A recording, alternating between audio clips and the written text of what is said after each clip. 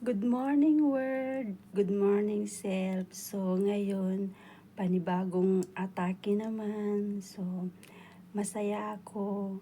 Bakit ako masaya? Dahil eto, nagising ako ng maayos, nakatawa. Siyempre, bagong buhay na naman, bagong trabaho. Hindi naman ako nagpalit ng trabaho. Pero yung gumising ka ba ng maayos na wala kang inaalala, yung masaya ka lang, 'di ba?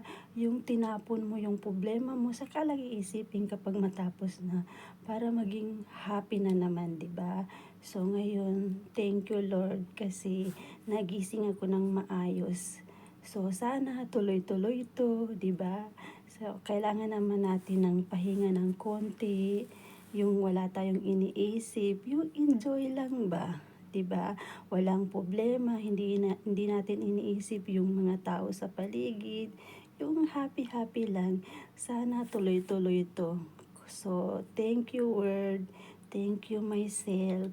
Okay, thank you sa lahat. So, magtatrabaho na ako. Bye.